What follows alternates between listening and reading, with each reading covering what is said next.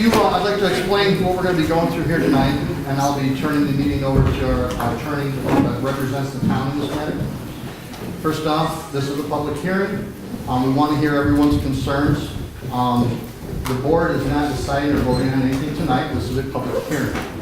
So the board will not be answering questions or anything like that. This is just an opportunity for you to voice any concerns that you have in the matter that we're here to discuss tonight.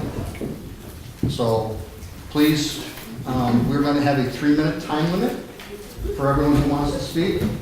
When you are asked to get up to speak, please state your name and your address so it can be recorded, and your comments will be recorded. So if you do have questions or things like that, they can be answered. If we will get answers to the applicant will or our attorneys will. So that being said, please be respectful. Remember where we are. When someone's speaking, please let them speak. This is not an opportunity for you to heckle, make rude comments. Everyone's opinion is important. It's part of our process. It's part of our way of life here. It's what most of us hold dear and sacred. So please, be respectful of your neighbors. And remember, they are your neighbors when they're making their comments. Thank you for that. And I'll turn it over to Mr. Daniel Spitzer, who is the town attorney. Thank you, sir. So please.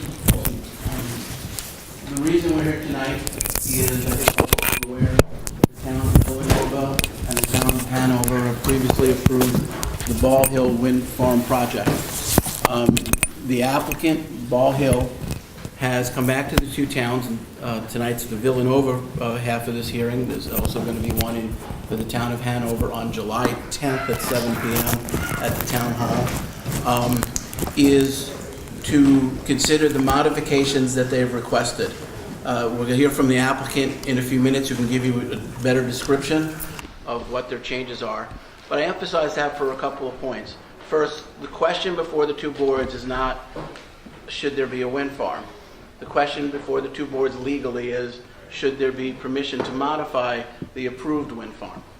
The proposal is to increase the tower heights from the currently allowable 500 feet to 599 feet. The applicant has said in the application, by the way, is online, and the application is also available at the town hall to review. The applicant has said that they are looking at a turbine that is 568 feet tall, but there are various turbines within that class that they could look at, and they want to make sure that they look at the worst case scenario. In addition to changing the height limits, they also have requested that the setbacks that are related to height be also increased so that their distance from the roads in particular is also increased to reflect the higher height of the proposed turbine. They have also requested to change the approved wind overlay district to add an additional parcel. And I think the parcels only have, there's no new turbines, it's just infrastructure. It's for setbacks and the underground transmission line. Okay, for setbacks and the underground transmission line. So this project is still the same number of turbines, 29 turbines, 23 in Villanova, 6 in Hanover. The biggest changes besides the height are the removal of a significant portion of the overhead lines. The project is going to now mostly be underground, which significantly reduces a visual impact from those lines. The other big change is the removal of a collector substation. That's particularly important because if you look at the environmental reports, the collector substation was actually the noisiest part of the project. So with that understanding of the process, I'll turn it over to Mr. Lyons on behalf of Res, and then we'll get started with answering questions, with comments. Thank you, Dan. It's nice to see everyone here tonight. Last time we had a public hearing on this project, a suggestion was made that we go beyond the legal notice requirements in the town law and invite everyone in town. And so that's what we did. So we sent public notice by mail to everyone on the tax rolls in the town of Villanova. So thank you all for coming. Mr. Spitzer did a good job of summarizing the proposal that we're making to improve the project. The first one is that soon after we got our permits for the project in December of 2016, a new, more advanced turbine model became available, which allows us to capture more energy in the same layout, in the same turbine positions. And the height of that turbine is greater than it was under our original permit, so we're requesting an increase in the maximum height allowance under the town law. The other important improvement that we've identified in the project is, rather than send our 35 kV collector lines to a substation in Hanover, where under the original proposal the voltage was going to be increased to 115 kilovolts, and it was going to be sent by a 5.7 mile overhead line up to the national grid system. So we've eliminated that entirely. So that means that the substation is gone, and we will run the interconnection lines. We'll continue them underground all the way up to our substation at the 230 kV system. The incidental modifications to the town law that we're requesting, as Mr. Spitzer noted, is to increase the setbacks required to accommodate the taller turbines, and to modify the wind overlay zone to add 3 parcels. I hope everyone knows by now that our application is on our project website, which is ballhill.com, ballhillwind.com, and the entire application is there, and there's a copy, at least one copy, at the Villenova Town Hall. That application includes a full environmental assessment form that assesses all of the potential impacts associated with the changes that we're proposing, including visual impacts and noise impacts and wetland impacts, all conceivable impacts that would be associated with these changes. And as it happens, the undergrounding of the interconnection line has reduced the impacts on wetlands and tree clearing substantially. Obviously, we can't see that line anymore, so it's a substantial reduction in the visual impacts. The noise reduction by eliminating the southern substation. And there is a slight increase in the visual impact, as you might imagine, by raising the height of the turbines. The number that sticks out in my mind is that under the original proposal, within a viewshed area of 5 miles around the entire project, there was 67% of that viewshed where you could see no turbines. That's been reduced by 1.7%. We've redone the noise study, obviously, and the noise study indicates that in the vast majority of the receptor points in the project, the noise level has actually gone down because the generators are higher in the air. So with that, we look forward to hearing your comments and questions, and we are having a transcript taken of the hearing, and we will answer your questions and comments after the hearing. Thank you. I can just ask people to volunteer. Raise your hand and pick somebody, go from there. The only other rule I would add to Rich, as a courtesy to everybody who's here, so we have a chance to hear from everybody, if you have a chance to let everybody go at least once before making second comments, we'd really appreciate it. So, who would like to start off? Seeing no hands, thank you all for coming. First Please. of all, you started on Atlas, we're outside, I didn't hear a word you guys said. Can you speak for I don't know, you didn't say your name, so I Or can't. Audrey. Can you spell your, what is it? Lori Pellegriti, P-E-L-L-E-G-R-I-T-I. We were all still in our car, and nobody even heard what you said. I got up here to say thank you to the hearing. That's what I heard. And my part was brilliant too, it's a shame. So what we explained was that this is a request by the applicant for the currently approved wind farm to modify their application by requesting that the town allow taller turbines up to 599 feet. And they've also requested to increase the size of the wind overlay district for additional parcels to accommodate the landowners and underground lines for setbacks. The setbacks are also being increased. To summarize what Mr. Lyons said also, there's no increase in the noises. In fact, there's a number of the noises that are lower. There is, before the board, 2 local laws and a change in the special use permit that was previously approved. There is going to be a transcript taken, so this is simply a comment period to give your comments, and then from the transcript, the applicant and the town board will be able to answer the questions that we have. Thank you for catching us up. Would you like to go first? No.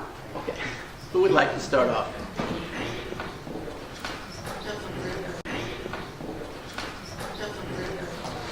Yeah, please go ahead. John Ortendahl, O-R-T. I'm sorry, you have to speak up. Excuse me, John Ortendahl, O-R-T-E-N-D-A-H-L. Round Top Road, Forestville. And one question, it'll be brief. First, is there a quorum of town board members here?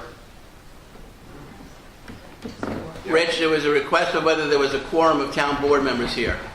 Yes.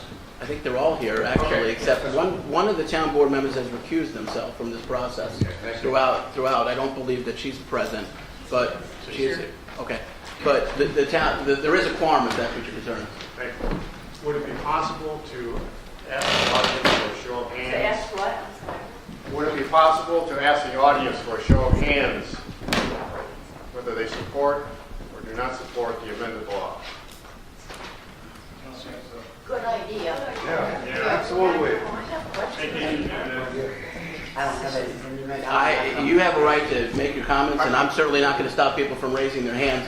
Just so you know, the law of New York State is very clear that town boards are not allowed to make decisions based on generalized public support or opposition. So it's like putting in petitions and the like. There's a process that the town board's required to go through when it looks at zoning. And so, by all means, if you want to ask the audience, you're within your 3 minutes, that's your business.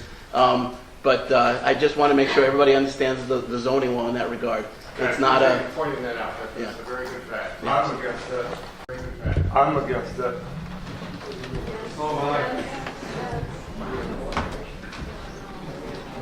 Okay, 4. And how many undecided?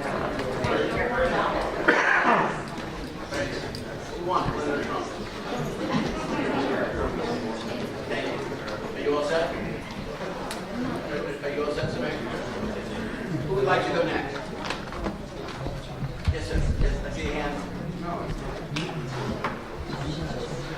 Yeah. Hi, my name is Patty Ryan. I have a place at East Mud Lake, 15 Hill Drive, Forestville, New York. And I just have something I want to read quick. It's just some general information for people to think about, to share.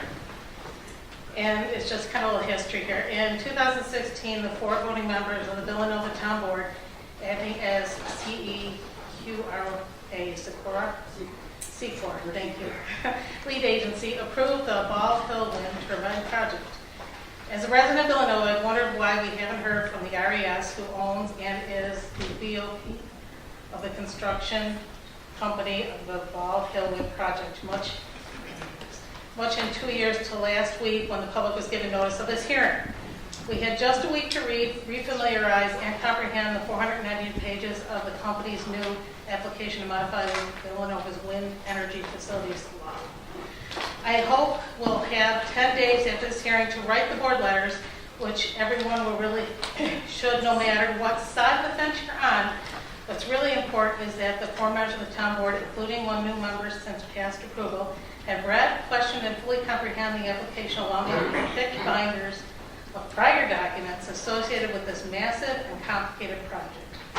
For they, representing Villanova residents, make the decision whether or not to modify our laws again, and are solely responsible for making an appropriate determination on this order. That's a lot of weight to have on their shoulders. This is the last grandfathered project left in New York State where members of the town board are lead agency. The law has changed and other wind projects are now decided by a sitting board in Albany. All the modifications the board will decide is whether or not to once again increase or our town's maximum height restriction for commercial wind turbines. The maximum height of our law was originally 420 feet. Then board members raised it to 495 feet, and now 599 feet is on the table. RES wishes to use Vestas class turbines, 136.345, at 568 feet in their modifications are approved by both Villanova and the Hanover Town Boards. If the project goes ahead, RES will start clearing trees next winter, taking 12 months till the project is operational. If before clearing areas starts, a new owner is found, they would have the right to use turbines up to 599 feet. Why not just say 600 feet? Our town's maximum height law is treated like the slippery sliding scale. Its restriction has been several times extended instead of enforced. What was thought the reasoning behind creating the law? Who does it protect? Does our law only serve to benefit the wind turbine company? RES wants taller towers because of faster wind speeds at greater heights. Height restrictions limit their profitability. In a recent newspaper article, Mr. Lyon, the manager of RES, states, there are more advanced wind turbines available than the one that was available when we got our permits for the project in 2016. Lyons told the Observer, since we can capture more energy with it, it makes the project more economically viable. Observer 6/25/2018. Almost done. More economically viable. Eventually, within 2 years, production from previous approved 492-foot high turbines would no longer be profitable. The lifespan of this project is projected for 25 to 60 years. Mr. Lane also states, basically, we are permitted the project. When we permitted the project in 2016, it had a 5.7 meter overhead transmission line that ran on poles that were about 80 feet high, he said. There was also a substation in Hanover association with that transmission line. Now, we're going to underground the line so you won't see it at all.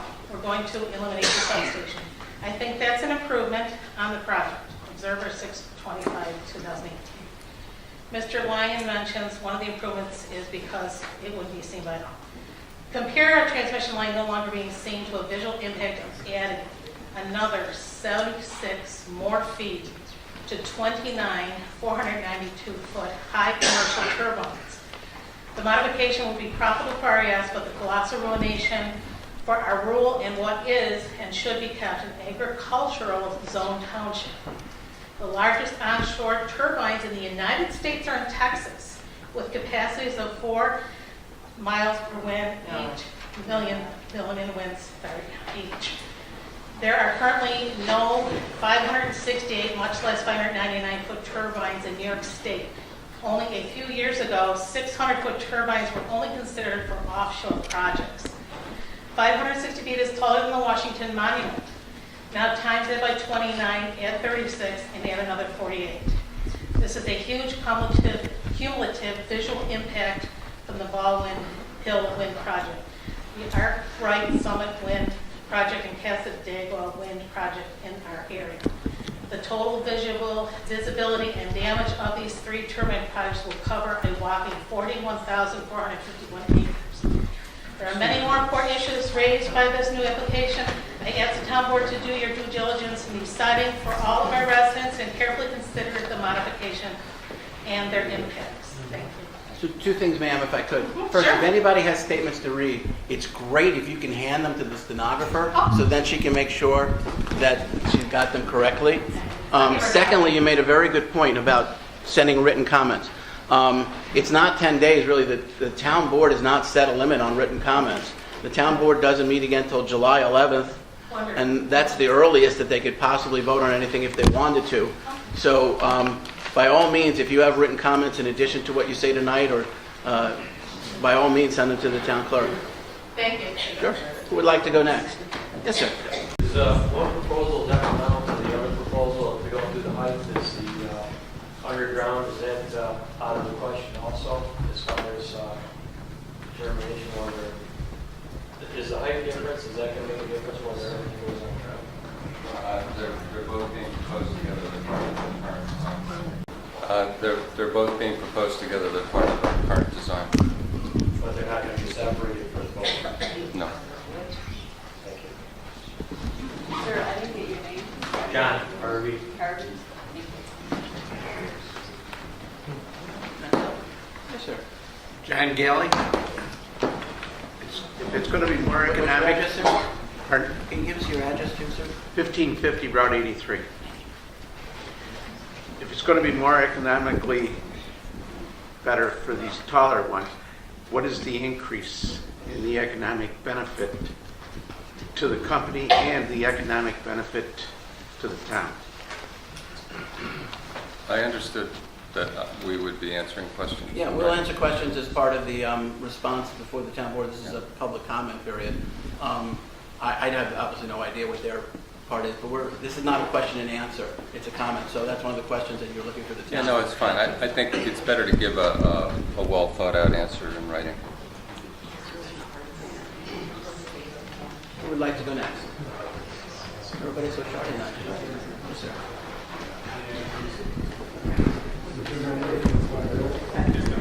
Jim Edward Ball. Can everybody please hold it down? It's very hard to hear here. Thank you. One more time, sir. I'm sorry. Your name? Jim Edwards? Jim English, 9722 Polk Polk Hill.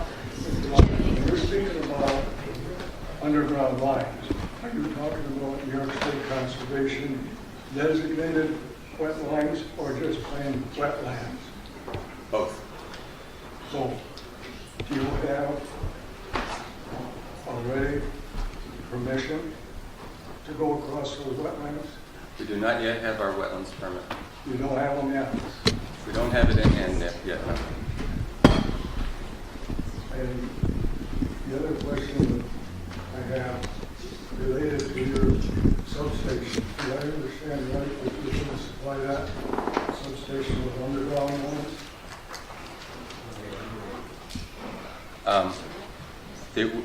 Under the original proposal, we had two substations. A southern substation that would step up from 35 to 115 kV. That one is eliminated. The one you're eliminating, Yes. where is it? Where it did have lines going to it? It's nowhere because it's eliminated. It's gone. The wires will just continue underground. That's what I'm saying. Yeah. I'm sorry. He's asking where you're moving it to. Well, we're not moving it to. We're not doing a double step up of voltage. Okay, so everybody's clear. What he said was they are not moving the substation, they're eliminating the substation. Right. Right. The lines initially were going to go to the substation. That's correct. Now you've eliminated it. Yes. Where do the lines go? How do they go? They go directly to the northern substation underground. Where is the northern substation? It's right under the 230 kV national grid line. That's right. You're talking stuff I don't know. It's Forestville. It's right next to the I-90, where the national grid 230 kV circuits run. Do you have access to that through the property lines? Yes, sir.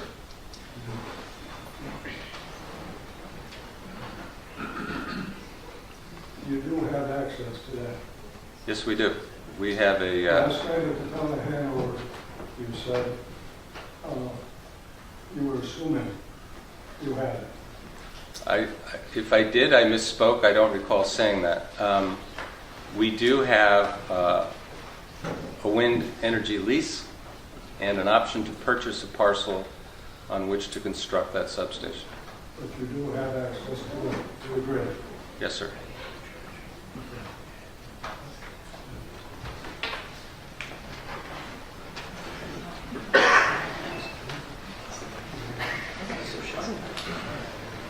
Who would like to go next? Yes, sir. Jeff P. North Hill Road. I'm sorry, one more time. Jeff P. North Hill Spell Road. your last name. T-E-A-T. I realize why you need higher turbines and everything, but is the grid going to be able to support it, or towers just going to be setting idle if, say, trying to think, the new wind park is running, or are it's going to set idle, or do you have a contract for where you can run? We don't yet have a contract to sell the power, but we have thoroughly studied the impact on the grid under the New York Independent System Operator System. So we've done multiple technical studies, and with designated upgrades, the grid will accommodate the capacity from the project. The capacity of this project hasn't changed since it was originally permitted in 2016. But if you're going taller, the turbines will produce more power. No, the generators are the same. So the capacity, the generating capacity of the project remains the same. The amount of energy that we can generate with that capacity will increase. What were the original megawatts on the towers that were going for? 100.05. What are they now? 100.05. And why do you really need to go taller? Because they generate more energy. Okay, so megawatts is a unit of capacity. Think of it as horsepower in your car. Your car has 320 horsepower or more, even when it's sitting there doing nothing. That's the measure of its capacity. The energy is what is generated when you utilize that capacity over time.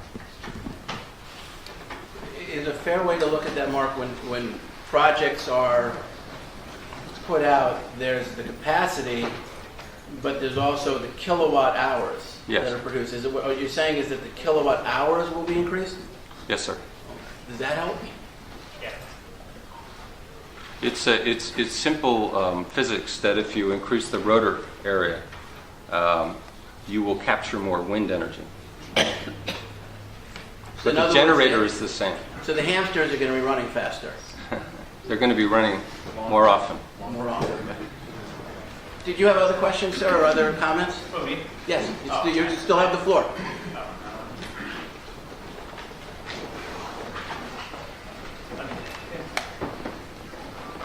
Okay, again, if you think of something after the meeting, feel free to write the board through the town clerk, and it'll be part of the record.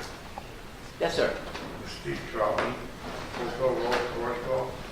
Who exactly? I'm sorry, sir, we're really having trouble hearing the address. What was your address, sir? 9569 Hotel. Yeah. Who exactly is benefit from this thing? I can ask 5 different people, I get 6 different answers. How much time do you have? A lot. When a town board gets an application for a zoning project, it doesn't say to a farmer, why should I let you have another silo? Who benefits? The The farmer town board does. gets a project for zoning, it looks at its law, it goes through an environmental review and it looks through the impacts, and it makes a determination of what's in the best interest of the community based on state law enabling acts and what's best for the community in that regard. In this case, they looked at the whole application. So when a town board looks at a particular process, or in this case a modification, the town board doesn't say, well, who benefits from this change? And so you can say there are benefits in terms of lines disappearing and substation disappearing, and you can say there are impacts in terms of higher towers, and that's the town board's job. That's what they weigh, not who benefits. So is New York City going to get this? Is China going to get this? Or are we going to get it? I'm fairly certain China's not going to get it.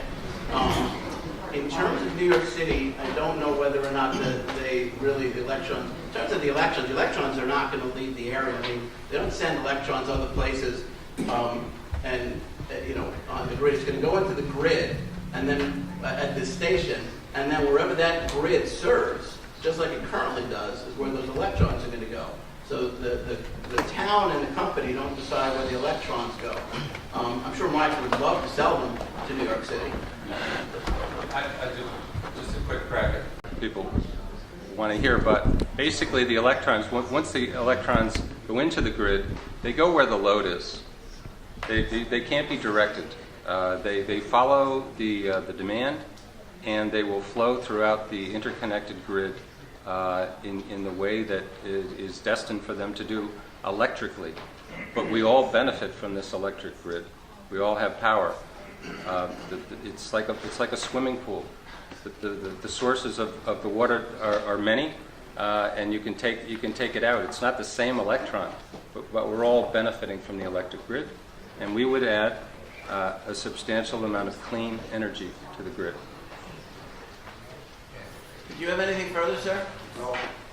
Behind you, we'll have. My name is Brett Brettel. I live at 2292 What was the Bard last Road. name? I'm sorry. Brettel, B-R-E-T-L. I live at 2292 Bard Road, Sugar Creek. I think the proposed amendment should not be taken out of context. I think the town board should complete another state environmental quality review because they are the lead agencies, and they should consider all the impacts and mitigation plans and uphold all of the citizens' health, safety, and welfare as demanded by New York State Constitution and New York State's municipal laws. The developer says that higher is better, underground is better, but what are the impacts on infrasound, which you do not hear? What about the greater reaches of shadow flicker? What about the more massive cement foundations? What about the greater amounts of hydraulic and brake fluid in the nacelles? What about the mitigation plans which describe acceptable mortality for birds and bats? What about the impact on agriculture, which is already struggling? What about the impact on tourism, which is a highlight of Chautauqua County's 2020 vision plan? What about the devaluation of our property? And what about possible adverse health effects? These amendments should not be taken out of context. Thank you. Again, sir, if I could ask anyone who's got something in writing, if you don't mind before you leave, giving it, if you read something to the stenographer, it's just going to make sure she has a clearer record. Are you finished, sir? Yes, I am. Thank you, sir. Who would like to go next? Over here, sir. Joan Riggle, Nelson Road, Sinclairville, New York. Please do not add insult to injury. The request to amend the zoning local law must be denied. Res acknowledges in the revised 2018 application that larger turbines will result in increased shadow flicker, some noise increases for certain residents, bird bat mortality, view shed impacts. The revised modeling depicts 11 homes that will receive over 40 hours and 35 homes over 30 hours of shadow flicker. Shades will not block this disturbing strobes from invading homes or yards. New Hampshire's wind law demands zero flicker, and both DPS and the New York State Siting Board adopted policy that requires mitigation, a shadow flicker detection system for turbines modeled to produce over 30 hours of flicker. How about res? Also, over 50 feet tall, all 29 turbines will require flashing red lights visible for miles, blighting our night sky. Just how do these added negatives benefit our residents? Have you seen Arkwright? Their 500-foot turbines can be seen from over 30 miles away. Ruined roads, homes up for sale, decreased property values, which result in decreased tax revenue. The worst is yet to come once these turbines come online. Has RES offered increased host, pilot, and decommissioning payments for the increased economic loss and problems that will result? Larger blades produce more low-frequency noise and infrasound, according to research from Pedersen and Mahler. They're acousticians from Europe. Dr. Dan Driscoll former noise control engineer for the Public Service Commission in New York State and the DEC, testified to NYSERDA regarding wind projects that infrasound, those sounds below 20 hertz, are sounds you can't hear, but you can feel them in your body. He said they are not blocked by our walls of our residence, and they can negatively affect the human body, especially after prolonged continuous exposure, like in a wind farm environment. He said symptoms include headache, nausea, sleeplessness, etc. He advised minimum setbacks of at least 1 kilometer from turbines. 1,000 to 1,200 feet setbacks are grossly inadequate and irresponsible for siting these industrial monstrosities. The wind companies only use dBA filters, which excludes the sound pressure that can be recorded under 20 hertz, where the largest sound pressure from wind turbines is evident, between 70 and 95 decibels. From a 2 megawatt turbine, these will be much larger at 3.45 megawatts. New research shows that even if it's subaudible, this amount of acoustic energy poses hazards. It strongly activates specific brain nuclei, causing panic, anxiousness, and depression. It also causes impaired sleep with the subsequent health risks, namely increased cardiovascular disease, obesity, cancer, diabetes, and impaired cognition. Mr. Spitzer, why are you aiding and abetting these wind companies drafting wind ordinances that are not protective? They create civil discord and promote trespass zoning. Surely you are aware of the adverse effects and lawsuits from similar projects like this in New York's Orangeville and Hardscrabble.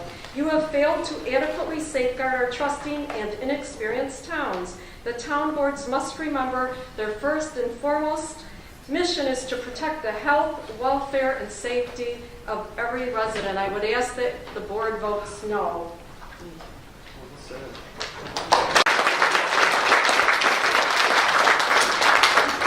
Who would like to go next?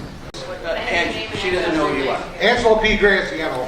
I live on 833 Wentworth Road, Forestville, New York. Graziano. I was a board member when this all got voted in, and the host agreement was voted the day that was the second day we got it. When I asked about this host agreement, they said, well, don't worry about it, we're going to vote it today because we're running out of time. I asked for extension, we didn't get it. I lost the vote because one of the lawyers talked to another board member and they're voting no. Now I know right now that the 2 board members that are still can vote other than Wesley have relatives getting money for one of these turbines. You can be steered, you can't be steered, it doesn't matter, it's not what it's all about. Your vote is a board member. Mr. Spitzer is paid for by the wind companies. The money comes to the board initials it and gives it to Mr. Spitzer. To me, that's a conflict of interest. Out of 4 board members, whether what it is with this town, that town, 4 board members are never going to get to talk to experts if you've got a lawyer that works for the wind companies. Mr. Spitzer also voted out of wind project. It happened back in 2006 in Bologna. He rewrote the wind policy, rewrote the wind ordinance, and chased them out. So is he for him or is he against him? Has he ever told one board member a good thing or a bad thing? All the information we ever got was from the wind company. Even Mr. Lyons here stated to my wife outside, these are not green. It's about the money.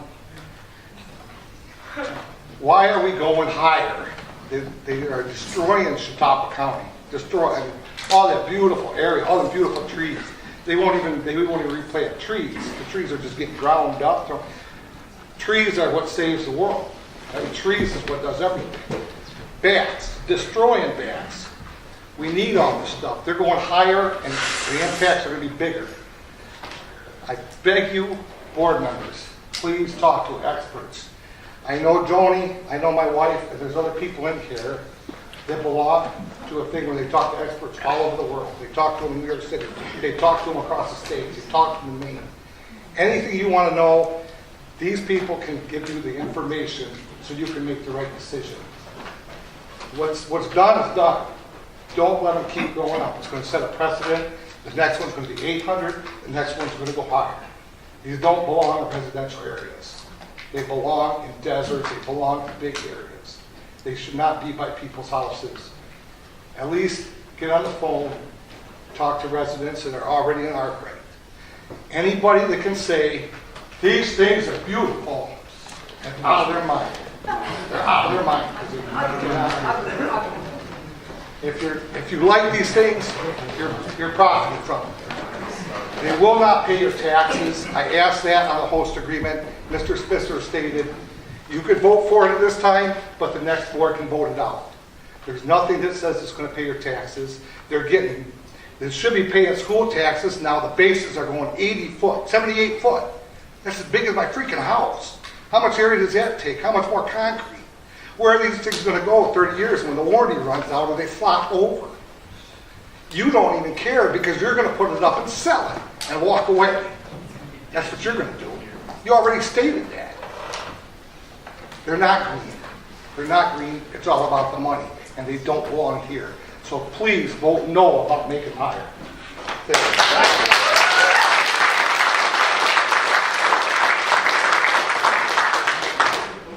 I'm sorry, but I have to correct the record. I never said such a thing.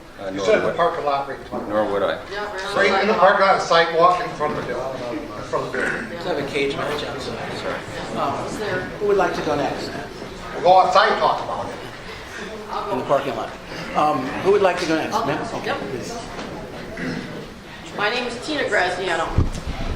I live at 8332 Wentworth Road, Forest, New York, town of Villanova. I want to start out with the power. We don't need this power here, and we all know that. Okay, conservation is your biggest power saver, so this isn't even for us. I'm against this increase, but I have an issue, and it's an issue in ethics. Councilwoman Sarah has recused herself from the beginning because of her contract with RES. Howard Cole, to the best of my knowledge, has done the same on the planning board due to his contract with RES. And that's proper. Well, now new Councilman Nate Palmer should do the same and recuse himself from voting because his in-laws are the McNamara's and they have a contract with RES. Councilman Butcher has been voting on this project, but he also has a relative on this, with a contract, Paula Butcher Troutman. When there's a vote or a comment, are you truly thinking about the residents or are you just concerned about the ones with financial gains? So that leaves Councilman West Tessie and Supervisor Ardillo as officials that can remain impartial. Look at our Arkwright. This is our preview, but ours will be 100 feet higher. That's madness. Don't listen to the 568-foot rhetoric. It's just a feel-good number to get it passed. This project is up for sale, and if it gets sold, the new owner will go higher. So when does it stop? Does it stop at 600 feet? 700 feet, or go with the offshore specs at 800 feet. RES was approved at 500 feet, and this is where it needs to stay. Stop this now, or they will continue to ask for more increases. We will never be able to sell our property here, ever. We don't want to go, but how do you live with something like a moving skyscrapers that are taller than anything in Buffalo and most cities? Why would anyone think that their kids and grandkids would stay beneath these dangerous monsters? Over 15 homes are up for sale right now in Arkwright, and that'll be the trend here. This not only impacts Villanova, but the entire county will feel its devastating impacts. People will be leaving and no one will be trying to come here. Why would you do this to hardworking residents who just want to enjoy the beauty we have and live in peace? Don't let them threaten you by telling you to give them what they want, or else they'll leave. We were fine before they came here, and will be better if they leave. This community is divided because of them. One last thing. 2 weeks ago, I witnessed a golden eagle just a mile down the road. What do you think of his longevity will be if he stays here? Vote no, no increase.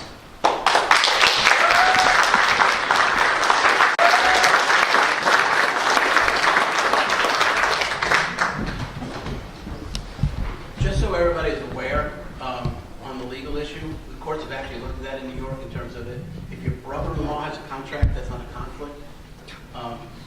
If you don't like your brother, does that mean you can't hold it? He has a contract. Say that wrong. Say mother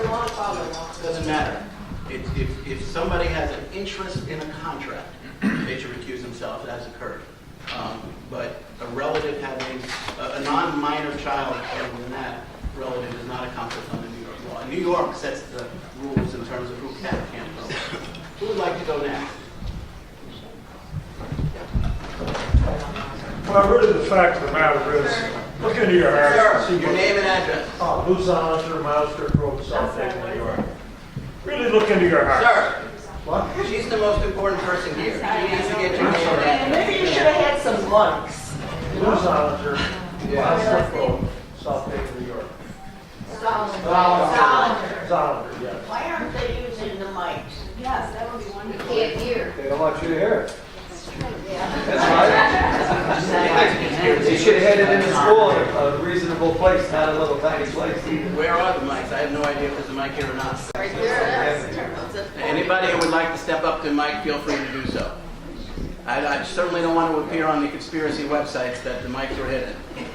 We had this same debate about 130, 40 years ago when they came out and they invented a horseless carriage. It had rubber wheels on it and it spewed noxious fumes, and if you inhaled enough of those fumes, carbon monoxide, you would die. Now what's going on here?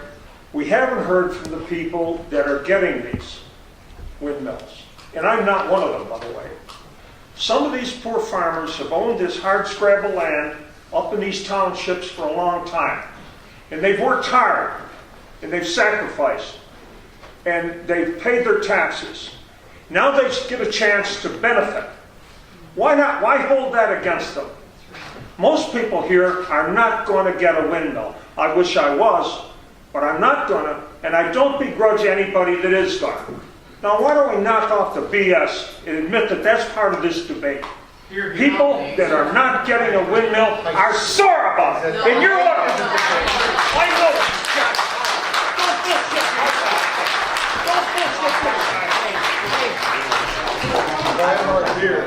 I've very rarely been at a public meeting where we've had to call the police. So I'm sorry. I've very rarely been at a meeting where I've had to call the police, so let's not make this the first Oh, time. not again, please.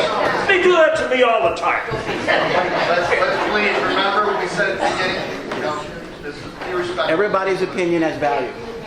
Yes, sir. I've heard Art Wright mentioned several times tonight. Well, you got to call her. Sir. Oh, I'm sorry, Larry Ball, Ball Road, Art Wright.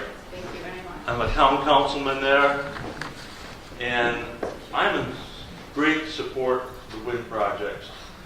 I had a lot of reservation, misgiving when the company was named Zilka at the time when they first came to Art Wright. And as a board member, I didn't know if I could vote for something like that I couldn't live with. So I've been all over this state. I've toured 8 different wind projects. I've been to the town of Lowville in the North Country. Correct me if I'm wrong, Dan, there's 196 turbines there. I don't know the exact number. There's a lot. But I've been there twice. Once during construction, then 5 years later to interview people. What problems have you had? I've talked to the town supervisor. I've talked to the county legislators. You know their biggest problem? Is the community knowing how to spend that much money. I quietly listen to you. It's my turn for you to listen to me.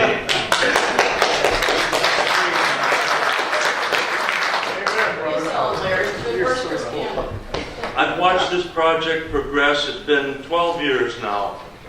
And I'm seeing it come to fruition.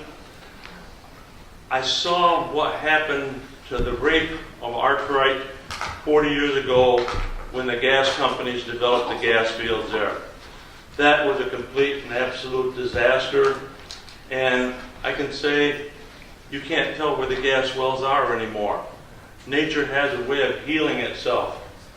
The grass is regrown, the trees have regrown over those. Excuse me, I do have the floor at this moment. You got 3 minutes. And I've seen the remediation that was done in Lowville. You can imagine the construction that went on with 196 turbines. And 5 years later, I saw a farmer mowing clover within 3 feet of the base of one of those towers. It's productive land again. And I think the worst negative comment I ever received in interviewing people, there was a little lady in the town of Eagle, and she ran a little secondhand furniture store. And she said, "You know what's wrong with this wind company?" And she was dead serious. I said, "No, I want to know what's wrong." "They didn't build enough of them."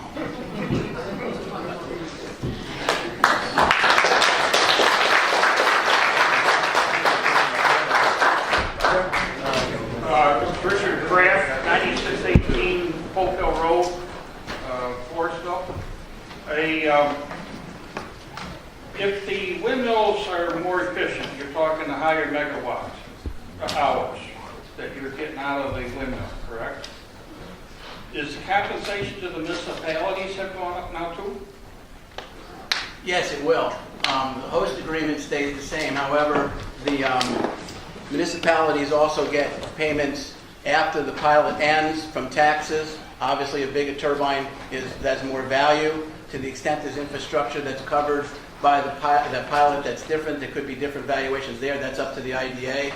To the extent that there are any special districts, the windmills are not exempt, and a bigger wind farm, a more expensive wind farm, if you would generally have higher value. But the main compensation to this community and through the pilot is based on capacity, which is megawatts. And so that would not change. Now, the parts for the taller windmill, are they heavier than what the smaller ones are, or is there say, multiple sections or something to that effect? I believe there are 5 sections to the tower. Because back at the other meeting, there was talk about the windmill company would be responsible for damage to the roads. Now, one of the questions that I have is, well, for how many years after the project is installed are they responsible? Because when you put a load onto the road, it's in compaction, and the compaction would be at the subbase and the road's material. It's not at the surface of the road. So some of the cracking is going to, and deterioration of the road might not show up for 2 or 3 years, and not just in the first year. So are they going to be held responsible for multiple years, or is it just like in the first year? So the host agreement is for the life of the project. And if the project goes forward, the town has an independent engineer from Haley and Aldridge who works with the highway superintendent to look at the roads.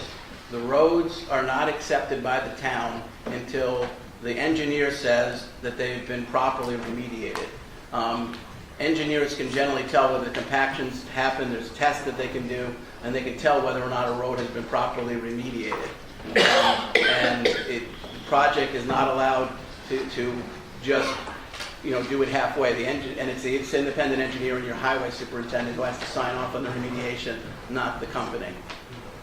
Now, my understanding is that the payment to the municipalities is, in theory, going to reduce my taxes. No, as I said, and as Ange repeated, it's up to the future town board what's the money's used for. The town board, I think, has indicated that they believe tax relief is a good use of the money, but that town board cannot speak for a future town board. So how the money is used is up to the town board in place at the time. What I can tell you is that the wind projects that exist in New York State, every single town board has put all of the majority of the money to tax relief. And somebody mentioned Malone, near Malone, there's a wind farm in Clinton. They not only get more money from host agreements than their entire town tax levy, they actually pay the county levy for people because they've got like 3 wind farms there. So, but that's up to the town board, And you can't have an agreement that says, I will use this money when I receive it for reduction of taxes, because it's up to the town board at the time. So I'll leave it to the 5 town board members to talk about what they see as the proper use of the funds, but Ann stated it correctly, it's up to the town board at the time. Well, won't some of this money go to the school system too? Well, I'm only talking about the town money, and I'm not going to speak for what the town school district, but yes, the school gets a pilot, Yes. and so does the county. Yeah. If I could If I can ask one more question. Well, why don't we let Mr. Lyons, I think, has an answer to, maybe better than mine, too. Well, not better, but I just wanted to reply to your earlier question that to point out that all of our landowners' agreements, their payments are based on the energy that we produce. Mm-hmm. So yeah, they will receive higher royalty payments because we're producing more energy. Okay. Now, maybe I misunderstood things, but I thought at one point this was going to be put as a referendum to the people of the town as to either accept or reject the project. I don't know who would have told you that, sir. It's illegal in New York to put zoning projects to a referendum. Okay. Thank you. Who would like to go next? Troy Cluxton, Swear that's C-L-U-G-S-T-O-N. I have 55 solar panels. When you go up higher, it's going to hit them. Do I get reimbursed for that time? I'd be happy to talk to you about that. Okay. That's the only thing I want to know. Who else would like to talk? Nancy Huber, Huber, on Top Road. First of all, I'd like to say thank you for sending notices to everybody this time around.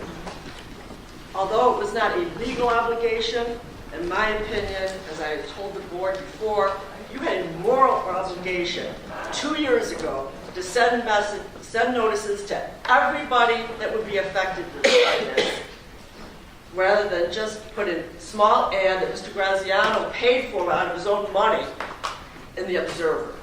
So, number 2, we're not taking anything away from the farmers. It's already approved. It's already happening. What we're saying is, no more. This is how corporations work.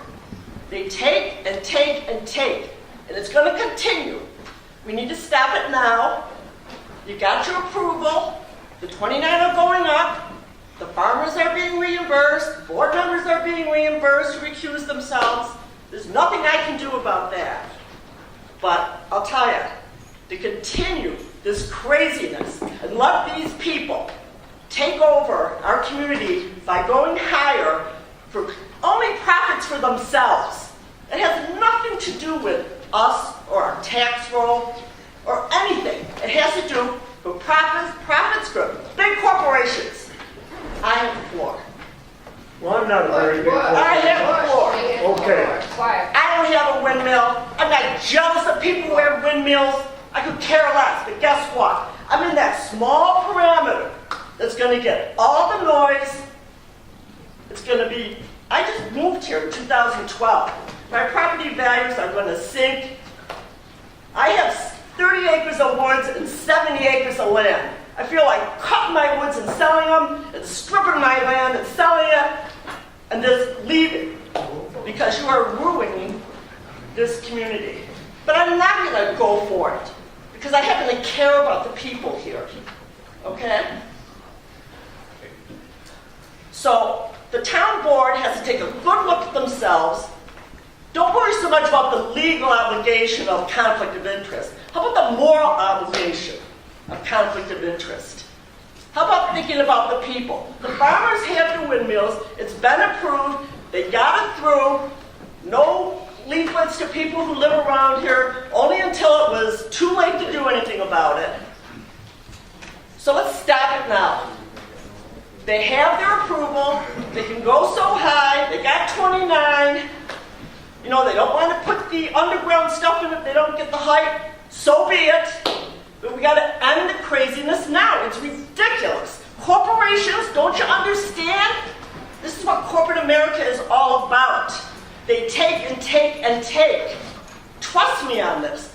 I'm a healthcare worker. I see corporations do this all the time. please.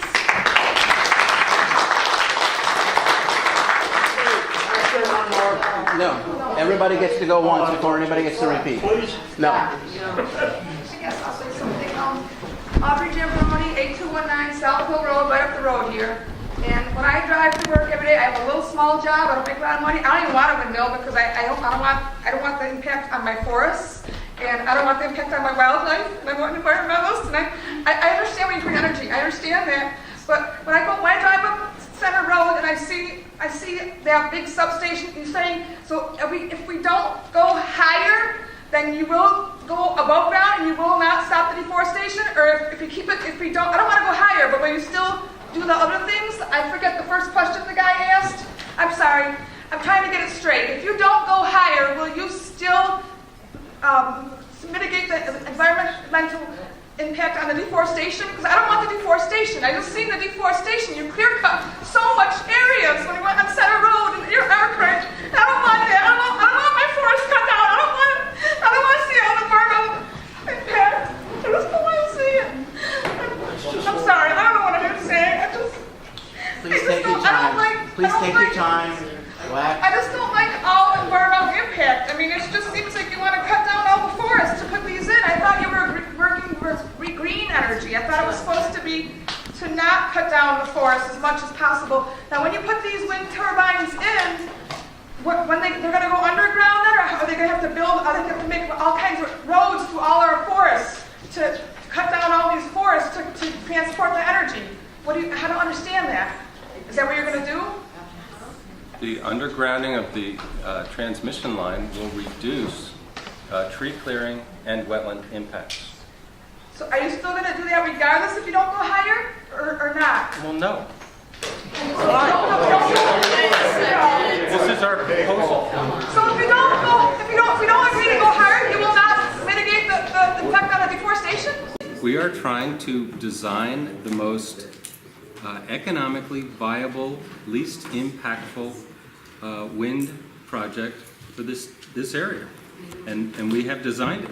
That's our proposal. So why do you have to go? Why can't you have? You already got the 29 wind turbines.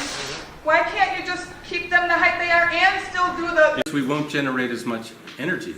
By putting the wires underground? But can't you put the wires underground anyway, even if you don't, to save the environment, to save the forest? Costs money. They don't want to do that. They're two different issues. They're two How different if issues. you're going to put the wind turbine up anyway, why can't you do the other things that save? We need to make this project as economically competitive as possible. But what about the environment? We have fully mitigated the environmental impacts, and they're all detailed in our application. Please read it and ask me any specific questions. Like she said? I don't know. Are you guys going to plant trees afterwards? Are you going to plant any trees afterwards? Because the deforestation... All right, listen. This young woman deserves your attention. Blood pressure go up when I go to arthritis, when I go home, when I drive to work, I see the whole skyline is ruined. It's like it's just a big, all these giant monstrosities, and it looks ugly. It uglified up our whole skyline, our whole landscape is uglified by this. And now you're going to go even higher, and then and then if you don't go higher, you're not going to put the you're going to deforest more. You know, it's sickening. You know, it's sickening.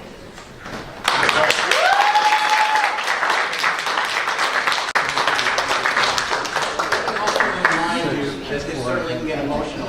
But if you think of something afterward that you didn't have a chance to tell me afterward, no, you don't apologize at all. But if you think of anything afterward, send a letter to the town clerk. You're not required to think about everything tonight. You're not required to remember to say everything tonight. The record is still open. Who would like to go next?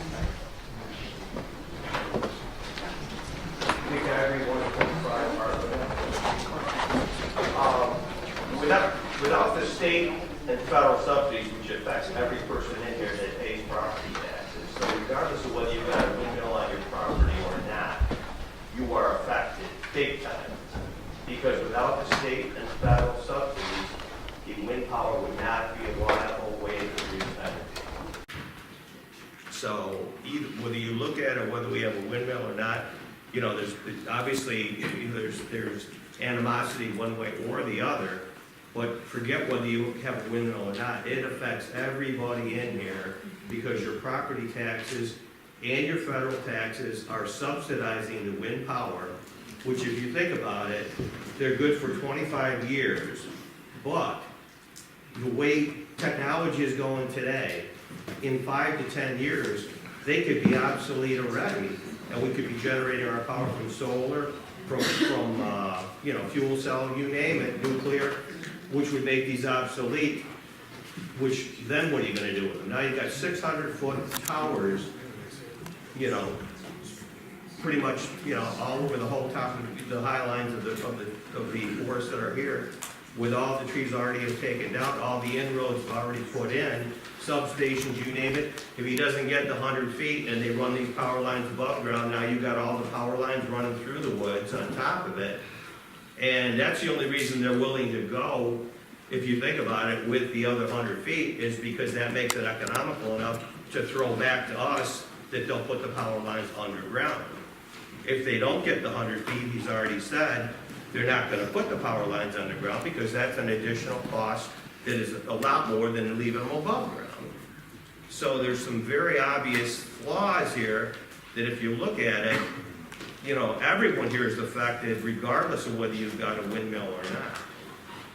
I mean, it's just the way, and from what you've also said, there's no guarantee where the money, where the funds that are generated from having to put the project in are gonna go. I mean, one day they could go for the school taxes and help the community out, whatever, lower the property taxes that are here, which would maybe make people keep their homes because it would lower the taxes. But if you're saying that it could change from one town board to the other, which obviously it can, depending on where the direction is gonna go, that could easily affect how well the money is used or not used. Just so you understand, sir, the money doesn't change between the school and the town. The town gets its money, the school gets its money, and the town can apply its money within its legal right to use things. But the town's money can never go to the school. Well, I guess what my point is, I'm not familiar with the town rules or whatever. I'm just saying, your tax dollars are not guaranteed to go anywhere in particular to help out the local area. So in other words, so much goes to the schools, so much goes to infrastructure, roads, whatever. So it could go anywhere. So that's again partially correct. There is a contract and there's an IDA policy in place that says which entity gets the money. And then you're correct, once it goes to that entity, where the money goes. But you know as well as I do that things around here, and in this state can change in a heartbeat. No, sir, without, as a matter of fact, and what I've seen in this state is that the legislature can't accomplish anything. But no, there's a contract with the towns. That's an argument I would disagree with. The town's share is locked in by contract. The town's share cannot go down. And while the pilot is for a certain number of years, the town's contract with its share of money is for the life of the project. Well, the other thing you also have to look at is that he's also told you is that the power hasn't even been sold yet. They have no contract for that power. Okay, I don't tell people who come into boards I represent, gee, I'm not going to let you. No, I'm just trying to recommend that if the power is not something unless you have enough sales to build. Right. But what I'm just trying to say is make a point that he already has told us that the power in that grid is not sold yet. So in other words, regardless of how much those 29 windmills will generate, that power has not been sold to the grid yet. I think what he was talking about was a power purchase agreement with a particular buyer. The grid doesn't have a choice. The grid takes it at market prices. Yeah, but the power doesn't get to the grid unless it's sold. It's not given, it's sold. I'm saying, unless there's a demand for that power will not go into the grid. Fair enough. That's all I'm saying. I think it's fair to say, and I don't speak for the company, that they're not going to finance the project and build the project if they don't have the finance to make sense. But I think it's also true that if you're already saying that you need to go another 100 feet higher, that the project right now is not viable because it's not going to generate enough power unless they get the other 100 feet out of it. And the only nugget they're throwing in there is that they put the power underground if they get the 100 feet. That's all I got to say. Who would like to go next? I just wanted to make it clear that the way power is sold in this market is so our objective is to make the project as competitively, economically competitive as possible. We just want to increase the probability of winning a power purchase. But you need the demand to do that. We want to, as I said before, our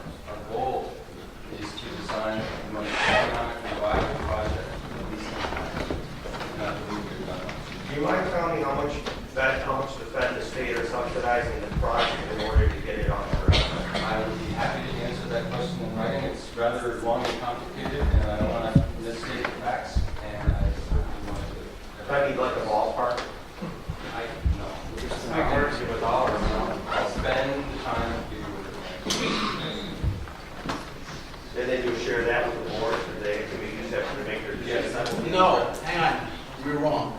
No, this board is not allowed to make decisions on the economics of anybody's business. That's state law. Nobody's going to tell this board a farmer can't build a new barn because they don't think it's going to get their money's worth.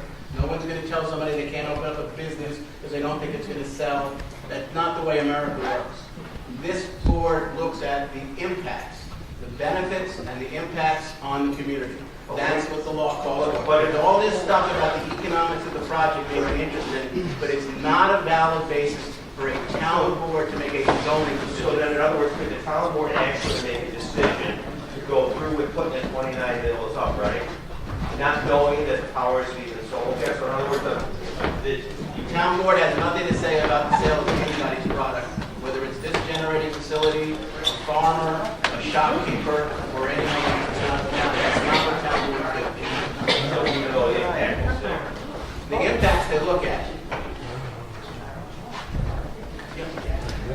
My name is Teresa Brettel. I live in Bard Road, and I live in Arkwright. Okay, I really need everybody to be more respectful, please. Speak up now. Teresa Brettel, Come up to the Bard microphone, Road. as was suggested. Teresa Brettel, Bard Road, and I live in Arkwright. B-R-E-T-L, Brettel. Bard Road, and I live in Arkwright. Our taxes are not going to be reduced. We have turbines all over. I just want to let you know. Yes, the monies will go to the schools, but will my taxes be reduced? No. The people that will benefit will be the leaseholders. And of course, the PTC credits, which are subsidized by you and I, the taxpayers. The PTC credits, which are subsidized by you and I, will go in the pockets of the developers and the leaseholders, and some of it will go to the towns. But it's a pittance, okay? We're going to have to live around them, but my taxes won't be reduced. Am I concerned about my property values? You bet I am. I'm happy for the guy who's going to get a turbine. I don't have anything against him. But what benefit is it for everybody who's living around them? How fair is that? Okay? And are they green? We can go on and on. They're manufactured in China. Okay? What do they do with China's manufacturing of metal? Anybody know? Okay? Not very clean at all. It's not green. These aren't green, and by the way, they're not even effective. Guess what their backup is, folks? Coal and natural gas, because they cannot produce power all the time. So are we really solving this problem? No. We're cutting a footprint of green trees, green growth, everything that's going to actually help our greenhouse. Okay, so we're actually doing more damage than good. So there's nothing green about it. We live in a near pristine rural environment, one which provides its citizens, its residents, with serenity and comfort and quiet, the opportunity to raise our families for generations. These industrial projects are diminishing our quality of life and the landscape surrounding us. It'll be an increased artificial economy. I think there's probably going to end up with 2 employees after it's all said and done. They're going to subcontract the work like they are in Arkwright. They're coming from all over the country, all over the state. Few people locally will benefit from the jobs. We will have higher electric service. Be prepared, okay? If you do your research and you go online and you see the states that have wind energy, those electric rates are higher for everybody. So welcome to everybody else. You'll be paying more money. What else is new? Corporate America. Okay, err on the side of caution, board members, okay? At present, my family is experiencing frequent signal loss of our satellite television. Not that I'm a big TV person, but I'm noticing we're not getting any signal anymore. This all happened within the last 3 weeks of these turbines going up. Even though they're not working, we're still experiencing cell phone calls that drop, disconnection from our internet. And this is something that may be a result of the turbines. Coincidentally, I don't know, it's just starting to happen. So please don't be easily persuaded by the developers and their attorney, and consider those of us who will be left living amongst the turbines and experience negative impacts. So vote no on the increased turbine size. I also would like to know what research you have done, and I'll check that study, by the way, on electromagnetic fields that go on when those electrical lines are buried. They go through the earth. Don't think that they're just hidden and nobody feels them. Electromagnetic fields are very dangerous. The other thing I wanted to say was 600 feet. I'm sure that they're going to increase our energy output. It's going to be much better for the company. How come you didn't do your research about this back then? Well, it's new technology. Well, that's what's going to be the story 2 years from now. Pretty soon they're going to be mini, like our old satellite dishes. We don't need them, they're obsolete. And guess what? Who's going to pay for those existing turbines? It's called the decommissioning process. Who pays for those? Well, guess what? That company's going to be sold to another LLC. I got news for you, because that's what they do. They sell out. So no one's going to be held but the landowner and the taxpayers. Sound familiar? Thank you. A couple of points. First of all, the host community agreement that's in our right, as well as been proposed for this town, there's a bond that provides for decommissioning costs. The bond belongs to the town, not the company. So there's money already set aside before the first blade of dirt is turned over to make sure that they're decommissioned. And I have to say that bond, I don't think it's worth very much. Do you know how much it is? I don't know the exact number. The dollar amount was determined by the town's independent engineer, not by me. I think it's about $28,000 Yes. per turbine. But it costs how much to put them up? It doesn't matter how much it costs to put them up. The question is how much it costs to knock them down and sell them. And do you have that bond? And do you have the bank that bond goes to? It's a surety that's licensed by New York State. Yes, it has to be an A+15 bond. It's not Bob's Bank. It's a major insurance company. Larry, has Arkwright made a decision at the board level about how it's going to use the taxes? Have you made a decision in Arkwright how you're going to use the money in regard to taxes? No, we are not going to reduce taxes because we feel that in the future, if these wind project disappears, if you issued a large tax cut and then that revenue stream disappears, you'll be in the same predicament that the city of Dunkirk is with their reliance on the NRG plant. And we don't want that to be our legacy for the future. Can I add one more thing? And it takes about 7 of these wind farms in this magnitude, 7, to produce 1/3 of what NRG plant can produce. So what are we doing it for? It's gas. It's all ready for natural gas. It's all ready for honestly natural tell you gas. that this town doesn't get the say what state energy policy is. Where the turbines that you're looking at, are they made in China? All the metals are made in China. All metals made in China? Just about. Okay,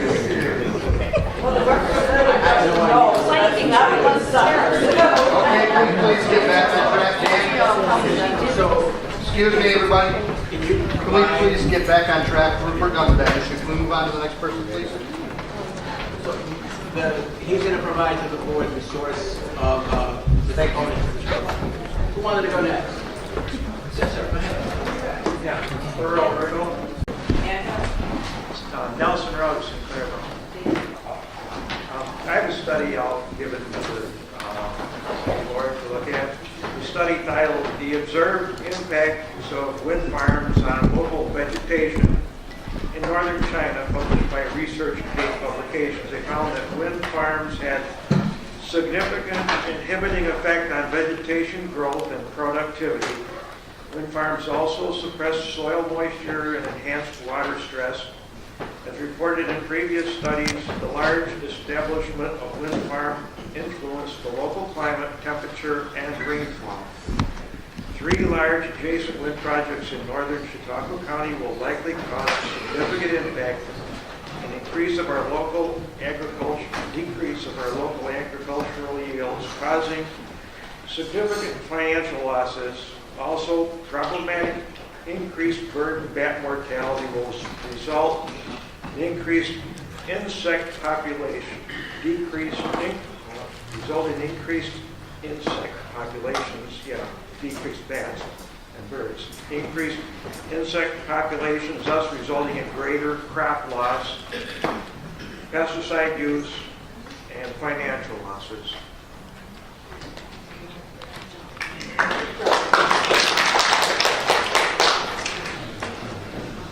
Next. Yes, sir.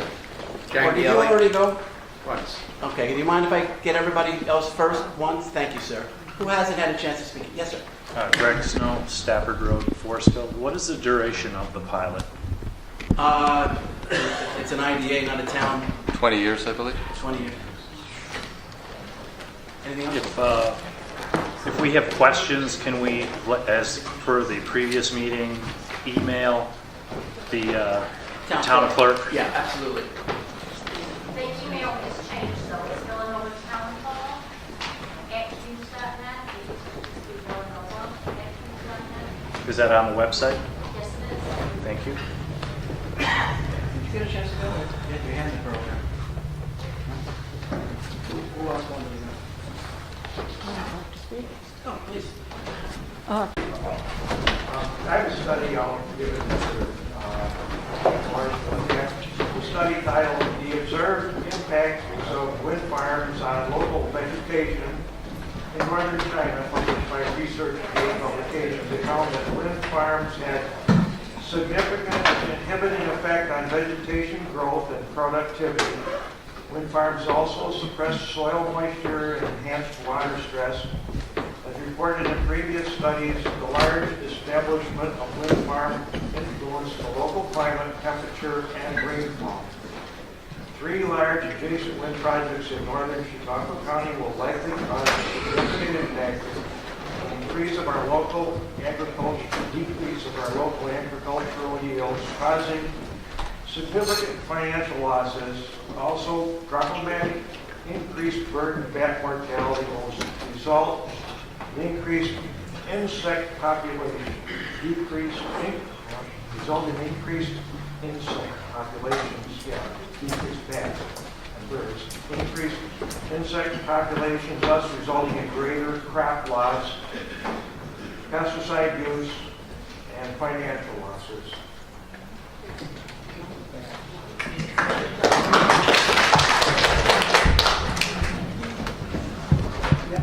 Yes, sir. Did you already go?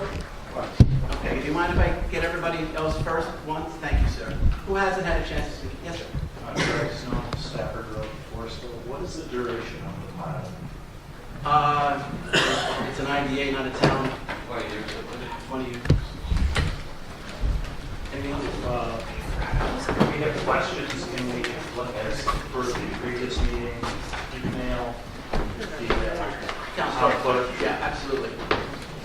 The email has changed, though. It's Villenova Town Board @hughes.net. It used to just be Villenova @hughes.net.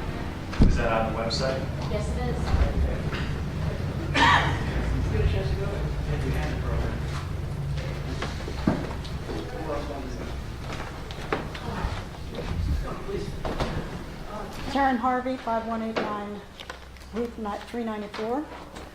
We represent the local public access television station, formerly known as Access Channel 5. It is now Chautauqua Media of some sort. They haven't renamed it correctly. You can see all of the films that we've done over a year with Arkwright and Charlotte and the wind turbine determinations in those areas on Chautauqua Updates on YouTube. It's one word, Chautauqua Updates with an S. This will be on Chautauqua Updates with an S in about a week, so you can see it there. We've also been documenting the effort in Cattaraugus County, where a company by the name of Invenergy is doing a much larger project, and the people there are concerned about it.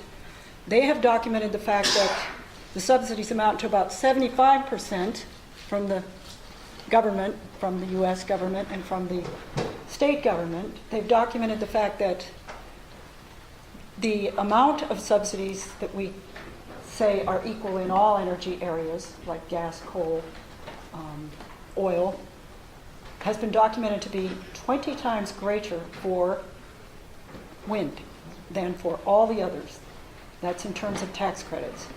So there's one thing. The wind capacity for Western New York is 24%. So when they tell you a megawatts of 100, you can count on 24 megawatts. That's how much is being produced. At a hearing a year ago, 2 years ago now, the Everpower sold, as they all do every 7 years, to another place. In fact, 24% of the ownership now is China. One of the Everpower managers answered a question at a hearing like this, just like this. We said, what is the break-even point? How long does it take before you make enough electricity to pay for a wind turbine? 20 years. So what kind of energy are you getting from this gigantic amount of steel, concrete, wiring, neodymium, which is a rare earth metal that's mined in China and is very difficult to replace. It's irreplaceable. The conditions it's mined in are really bad. So 24% is your capacity in this area. If you're going to put underground lines, you are going to experience dirty electricity that communicates to ourselves and our animals and our quality of life. How do you put them in place? Do you clear the land? Or do you do a tunnel up and down these hills? No, you clear the land just as you would for overhead lines before you put it underground. What's the difference? You don't see it afterward, but in the first place, it's the same impact that you're talking about there. Now, these changes that are coming that your town is concerned about, you know that the New York State Constitution requires, quote, local officials protect the health, safety, and welfare of the community, unquote.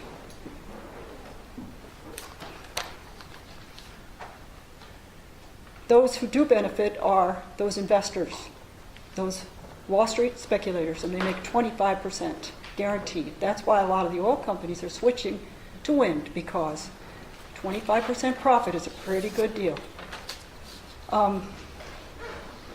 When you talk about the 2020 comprehensive plan for Chautauqua County, you see that there's a tremendous impact on the entire county, and that the economic negative effect will be far greater than any small amount that this company pays to these people, because the pilot in place now gives you a very small percentage of what they would owe if they complied with the real tax assessment value of this project. We saw it in Arkwright. In Arkwright, they agreed to a pilot. We don't know the full amount of it, but they're saying it's about $318,000 to the school district. If they had been in the category of full taxation according to the assessment of the project, that school board would have gotten $4 million. So pilot is a trick.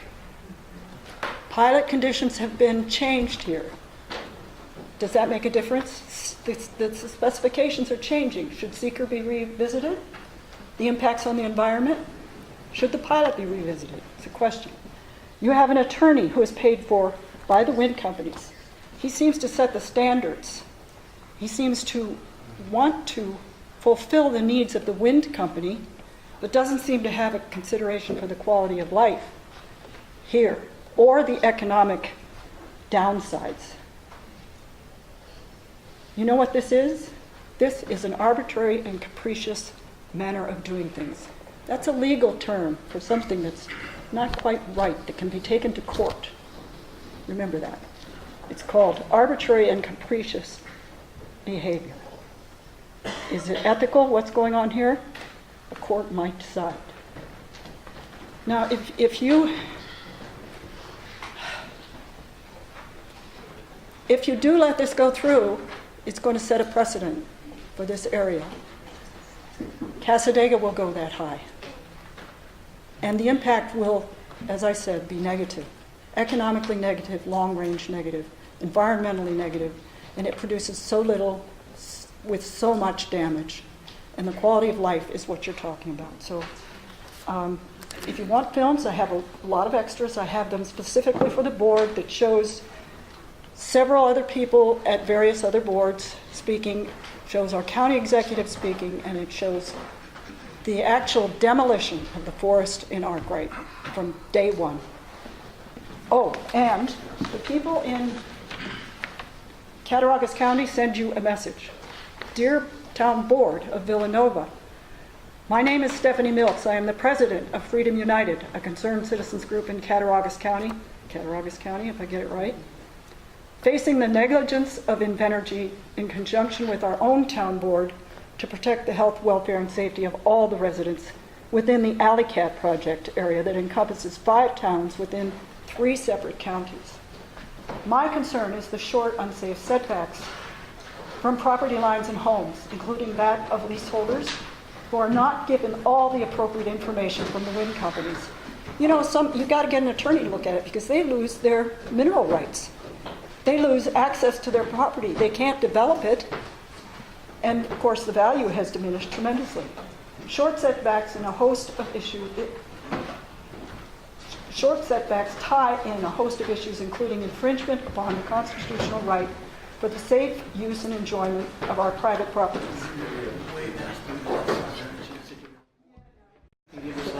I will give it to her. It's just attached is a list of these are 50 items, 50 locations in our country and other countries that show that the setbacks are required to be 1 mile, required by the communities to save those communities from the impacts. It's an environmental necessity so that you don't suffer the consequences. Thank you. My name's Roy Harvey. I'm from Mayville. I'm a documentary filmmaker. I started filming this about a year ago, somewhat neutral. I'm no longer neutral. I'd like to just add one statement. The fellow over here talked about NISO. If you are really interested in this phenomenon, you should really know what NISO is. NISO is the New York Independent Operators. That's an institution that's independent of the government, of Cuomo, and they set the rates. And it's fairly neutral up until recently when Cuomo got in office. And what Cuomo's doing is directing NISO to undermine coal and gas in favor of oil, in favor of wind. And the thing with NISO is, perhaps if you've driven around to some of the wind turbines and just east of us, what you see quite often is they're hanging there. They're not being used. They're just hanging there. You take a look when you drive around. How many are doing that? I'll tell you what, that's not because they're broken. That's because they can't find anybody to subsidize the energy. They can't find a buyer for that energy. So what that means is you're not going to get the full value of your energy. It's just going to sit there until somebody like Apple or one of these big corporations come by and say, oh yeah, I'm doing the green thing. I'll subsidize that energy. But otherwise, it's just going to sit there. And you're not going to make the money you think you are if you're one of these 80 families or 80 people. So don't do it. Don't sign up for bigger wind turbines. You're just going to be in worse trouble. Thank you. And there's a gentleman here. My name is John Conroy. I live at Sinclairville in town of Shalott. What you guys people think is, why do we live out here? What is the reason? Think about it. We don't want to live in the city, right? We don't want to see skyscrapers. We want to hear the birds. We want to just hear nothing. But yet this has divided the communities. In every community, Arkwright, Shalott, Villenova, we're arguing back and forth with each other. It's not because we don't have or you have. It's because you divided, all because of money. Money that we've pretty much showed that nobody's going to get. Because even if you take the average value of a home in Villanova, just say maybe it's $80,000. What is your town tax amount of that? $700, $800 a year? Well, take 20% of that. Are you talking $100, $150? More like $5,000. Not your town tax. Unless you own a farm. But your town tax is small. I live in Shalott. I have assessed value of $120,000. My town tax is $900. $900 out of $2,100 or $2,100. So it's a smaller amount. Now take the 20 to 40% off of that. It's peanuts. Everybody thinks all the roads are going to be paved and they're going to be all smooth. What benefit are you actually getting? If the town board wasn't getting a benefit, they wouldn't approve it because they wouldn't tell a farmer you can put a 500 or 600 foot object up there if the town wasn't going to get anything in return. Because people around were trying to put 100-foot wind turbines up, and they were having a hassle trying to get those approved because there's no return on it. It's all about money. That's all it is. And we divided our area. Our beautiful area were destroyed. And remember, the wind turbine company, and he's not here, he probably doesn't have any turbines near his house. I live on top of a hill. I'm not living in Villanova, but I'm going to have 3 to 4 within 1,800 feet of my house. I built my house backwards so I could see the beautiful areas. This project takes between 14 and 18 months of nonstop construction. Granats are hauling gravel out of Irving all the way to Arkwright every day, and they run about 12 to 15 trucks at a time. and they go up Route 5 and 20. Then it hits 60.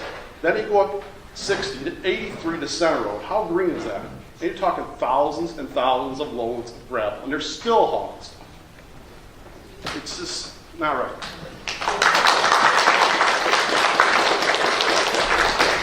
My name's William Eaton. I live at 1438 Villanova Road. One more time, sorry. William Eaton. And it is about money, as you said. But that's, I think, where your town comes apart. I like our break. I'm going to book the money. We don't want to get hurt. I don't want to go under. But somewhere along the way, all of us can benefit from this. And that's where your village board should come into play. I'm not into it for the money. I'm not in it. But I have a farm that the family grew up on 90 years ago. And I'm trying to keep it. I'm trying to restore it. But the tax base over here is pitiful. What would you do? This is not a sir, this is not a debate.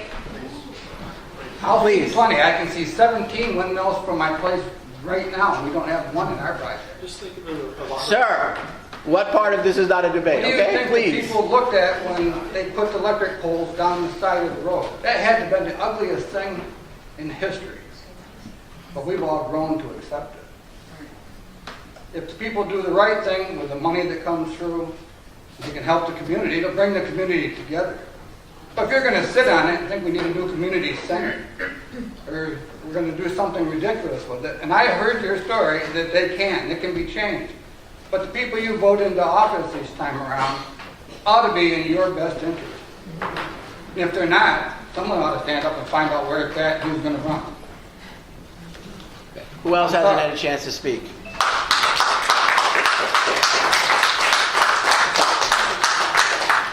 Is everybody who hasn't spoken? My name is Irvin Morgan. I live in the town of Villanova, 641 Route 83. I do not have a windmill on my property. My question is, if we go into a contract with a windmill company, do we have a contract for going out of business with a windmill company if the grid decides not to take our power? So if the windmills are not producing, the town has the right to decommission them. If the company doesn't do it, the town can do it, and the town has the money provided in advance by the company to do it.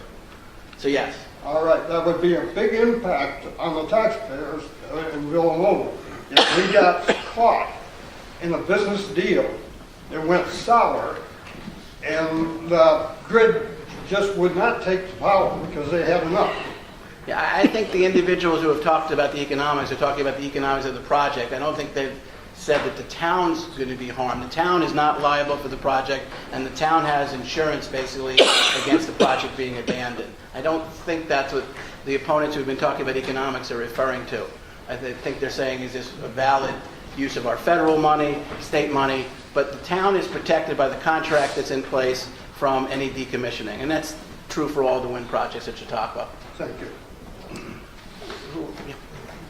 Antoinette Blankenship. I live on Bartlett Hill Road. Presently Graziano, so he's my brother. But first of all, Chautauqua County, it's always been beautiful. Now, you can drive, I worked on the thruway for 35 years, so we dealt with the whole wind turbine deal, and come to find out the company that put up the wind turbine on the thruway, they're currently bankrupt.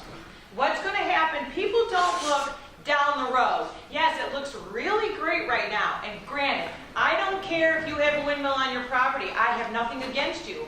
But if that windmill, and especially if it's 100 feet higher than it was before, if that has ill effect on me, then obviously that's not a good thing. I'm not, if you want it, my neighbor wanted a windmill, that's all fine and good.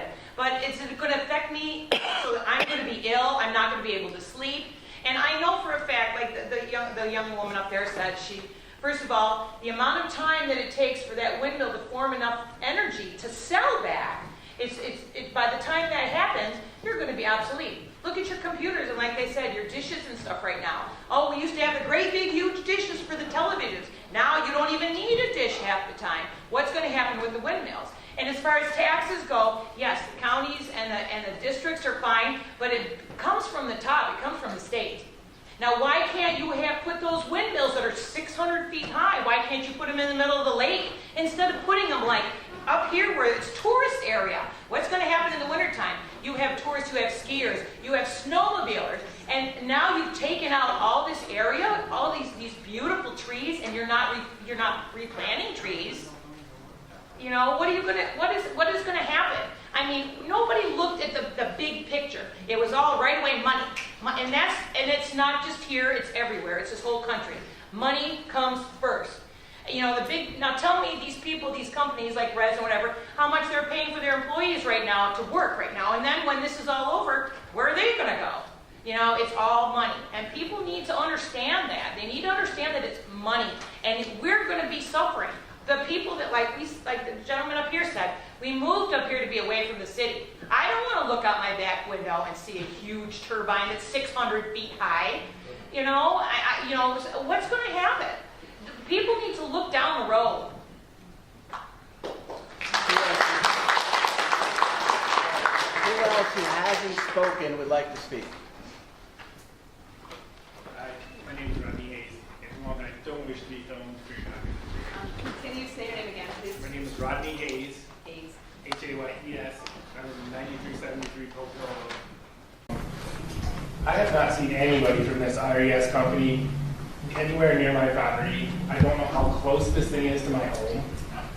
My understanding was it was only 500 feet from my house. Well, if it's 600 feet tall, I don't know what's going on here.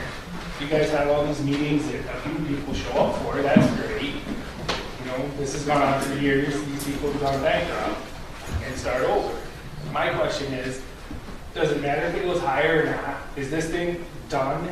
It's going to take off whether this thing's another 100 foot taller or not. So you have his address. When you respond to those questions, can you make sure you also answer his questions? I'd like to see you come to my house, sir. I haven't seen anyone. No one. I signed a contract with Duke Energy for a bunch of crap. And then a lawyer told me to sign it because what makes the difference? They're going to do what they want, you know. And I haven't seen anything since. I have some letter that showed up and I don't know what this is. You know, this agricultural data statement signed by the town secretary. What is this thing? This agricultural data statement is a statement required by state law on projects that are in or near state agricultural districts. So everything that's in that is something that state law dictates. What does it mean? It doesn't mean anything to me. It's a bunch You're not really of asking me to interpret what Albany's asking for, right?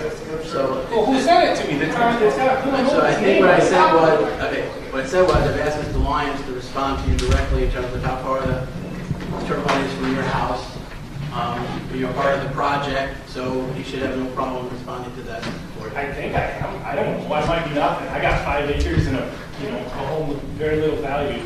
And now that you decided to put this thing up, I got nothing. I'm gonna sit in my hot tub and stare up at this thing and go, man, that's really cool.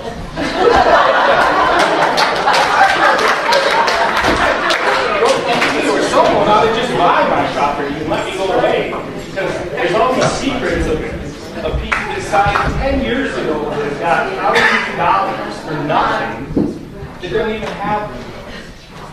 So there's all these, non-disclosure and all this stuff. I just don't understand it. I don't. It's up to you, Mr. Lyons, whether you want to respond now. I just want to reply to the question about how far it is from your house. I don't know if you have a contract in this project or not, but my understanding is that there's no residence closer than 1,200 feet to the turbine in the entire project, except for one, which is 1,192 feet. That's probably mine. So this whole meeting boils down to going 100 feet taller, but whether I like this or any of these people in this room like it, we're going to move forward and build this regardless of the height. I don't speak for the company. I don't speak for the market. My job is to develop the most economically competitive. That's great. So who can answer that question? I wish the board to determine whether it's going to get built. So nobody knows if this is going to take off. Just so we're clear, you want to talk to Mr. Lyons about that, that's great. But I gotta tell you, it's not state law to allow the town to make a decision whether anybody's project is economical. That's why the question, excuse me, that's why the comments about impacts in terms of how close it is to my house, that's what the town board needs to hear about. The comments about noise, deforestation, those are the kind of things they are. But I have to tell you all, economics is not something that the town board is allowed to make a decision on. Nowhere did I ask you if this thing was going to make a dime. We've already known it. Anybody would have a training in that. So, you know, my point is this going to go on? Is it going to be built? Or are they going to sell out and now this guy's gone? We'll be standing here again with the next made-up company. You're asking a question which is not relevant to the town board's decision. The town board, excuse me, town board doesn't get to say about any project, we're not going to say yes because we think you're going to go bankrupt. It doesn't work that way. The town board looks at impacts and benefits to the community. You may agree with them, you may disagree, but the town board looks at what state law says it can. And the town board doesn't tell business people or homeowners or anyone else, gee, we don't think you're going to be in business. So I'm trying to make you understand that you need to, so don't tell me that you're not asking a question about economics when you're asking, are you going to be here for the damn thing or you're not here? That's all it's asking. Are you going to build it regardless? That's my point. I think yes or no question. And I think I said to you that it's his job to reply to that in the comments, that answer that he gives back. But it's an economic question. He did not give us an answer. He sat there quietly, yes, he's going to go. And that's the end. You can respond to all the questions that come in tonight that you can. Thanks. Who else has a question? Excuse me.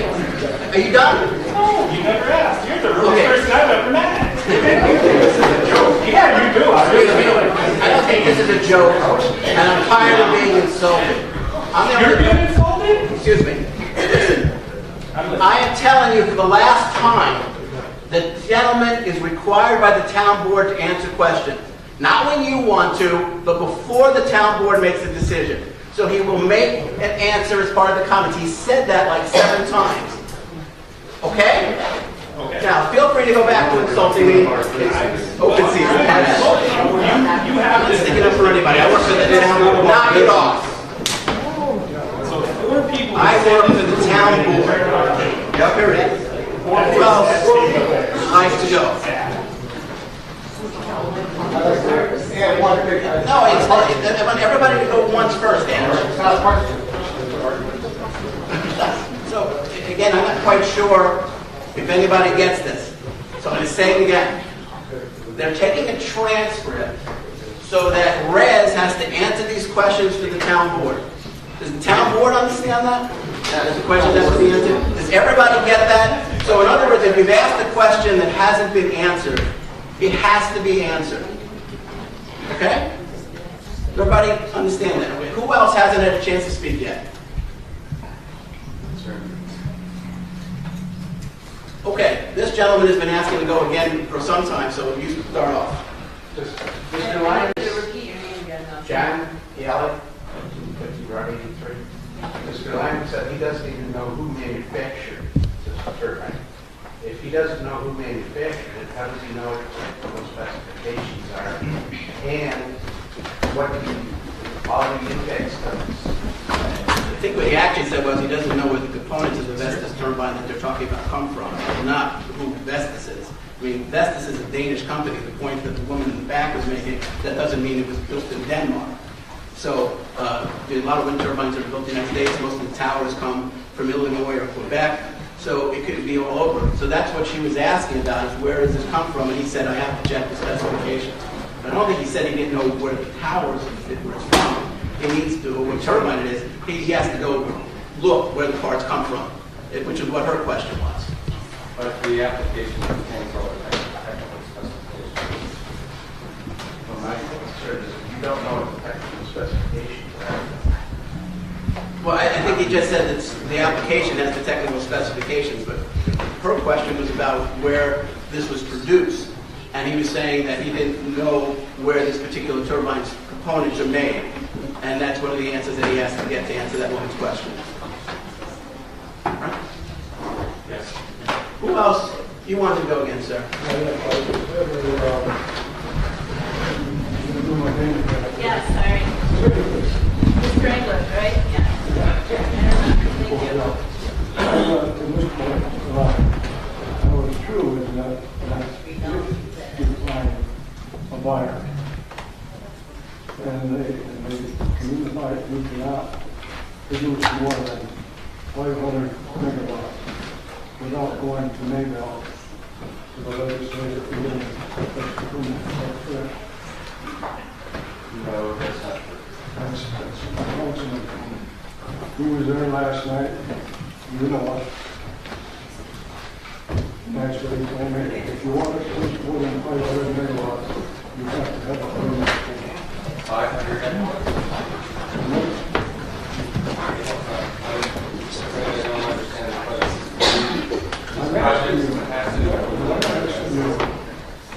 I'm asking you, because there's another company who's in here. They have to, they can produce up to 300 or up to 500 megawatts. And beyond that, they have to have a permit. No. In this town, the answer is 0 megawatts.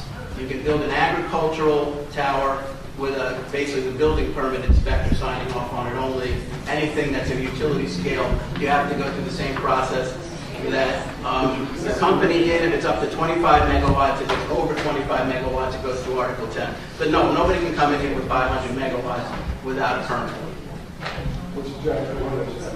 That's what I said. That's a new resolution. No, that's not new. That's been the law in this town since 2007. But it is the truth that they can't produce any more than 500 megawatts without a permit. That's what I'm asking.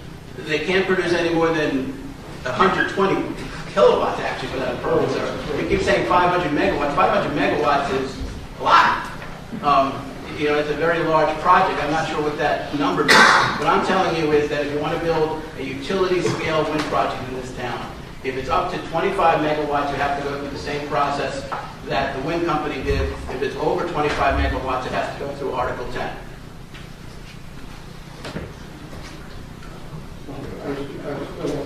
I must be talking about kilowatts or megawatts. Maybe kilowatts, because I think how big do the agricultural ones get? About 5. They get up to 500 kilowatts. That you can do with your building permit.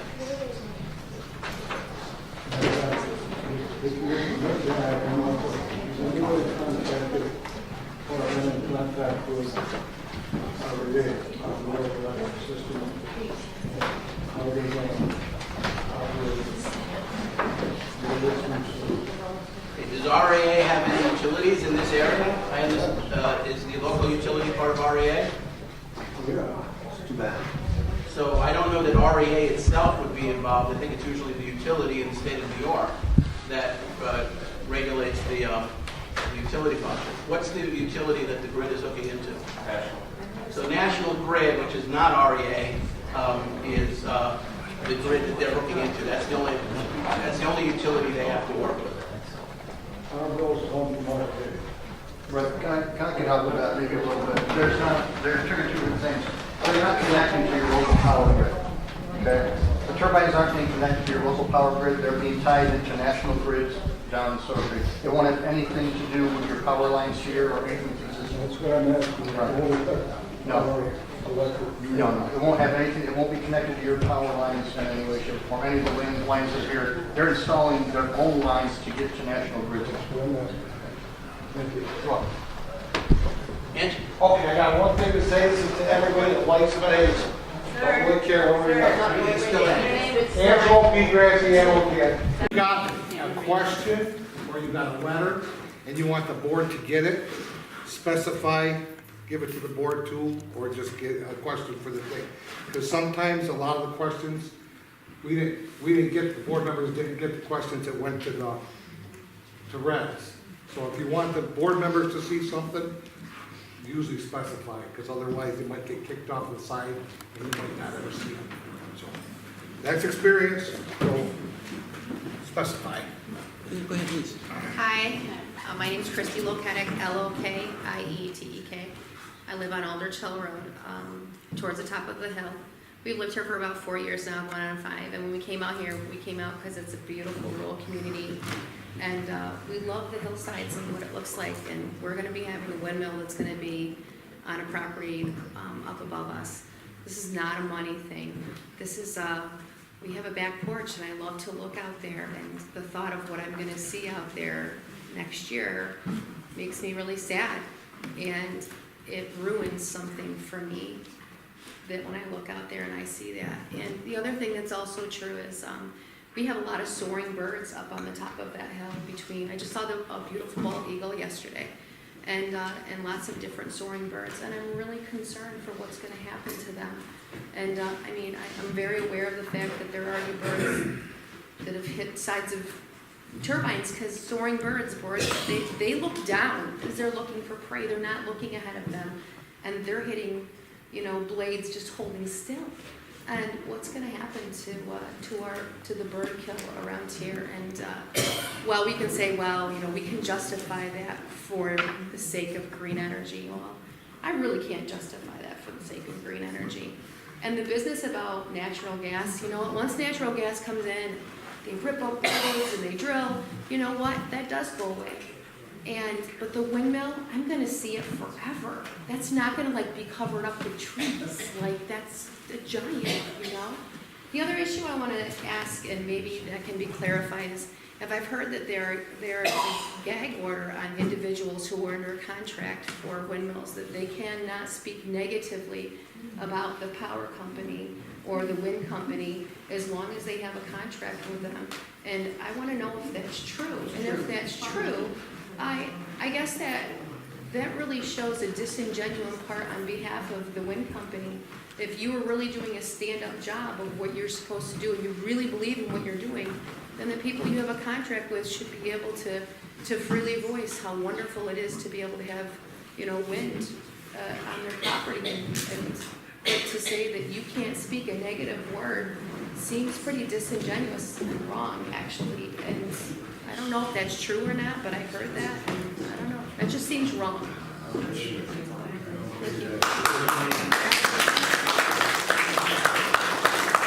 Yeah, if I could answer your second question first, that is not true. And a lot of folks tonight are raising some good questions about the potential impacts of these improvements on the environment, many aspects of the environment. And I would invite you to look at the application because they're all addressed there. And I'm happy to answer any specific questions you may have. But please read the application. We've done a really good job, I think, of covering those impacts, and we've worked really hard on it. And it has been thoroughly reviewed by the town's independent engineer. So yeah, I know a lot of you are knowledgeable about environmental issues and are concerned about them. They're all addressed in that application, so please have a look. I have a question for Mr. Lyons, Joni Riggle. The larger blades and taller turbines obviously will cause more barrel trauma for the bats.